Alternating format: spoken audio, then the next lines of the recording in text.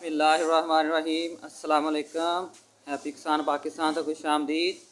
लो जी दोस्तों, गल्ला मंडी साहिवाल के रेटां के हवाले नाल वीडियो लैके तुहाडी खिदमत हाजिर हाँ जी। असी मौजूद हाँ जी इस टाइम जोईया बरादर ते दुकान नंबर 98 और तुहाडे नाल अज की ताज़ा मंडी की सूरत हाल और रेट जिहड़े असी शेयर करांगे जी।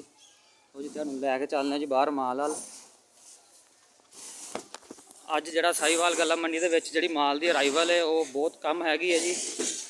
और सब नालों पहला मैं गल करांगा जी चावल के रेट की।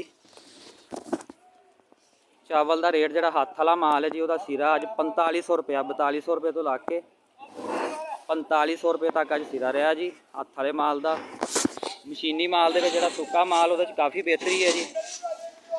वो अज जिहड़ा मशीन वाला सुक्का माल से 4200 रुपये तक सिरा रहा जी। अज मशीन वाले कटर वाले सुक्के माल का अज सिरा जिहड़ा 4200 रुपये तक रहा जी।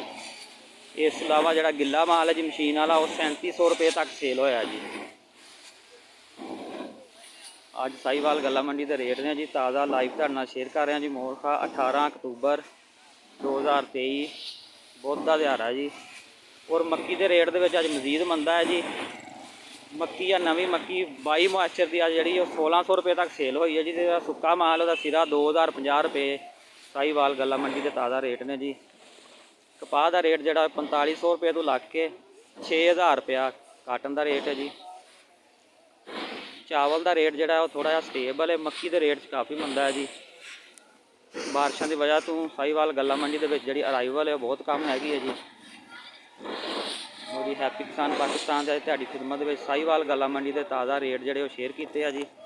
अगर वीडियो अच्छी लगे उन्होंने लाइक कर दो, शेयर कर दो। हैप्पी किसान पाकिस्तान को सबसक्राइब कर दो ताकि मजीद इस तरह के वीडियो तुहानूं देखने को मिलते रहन। अल्लाह हाफिज़।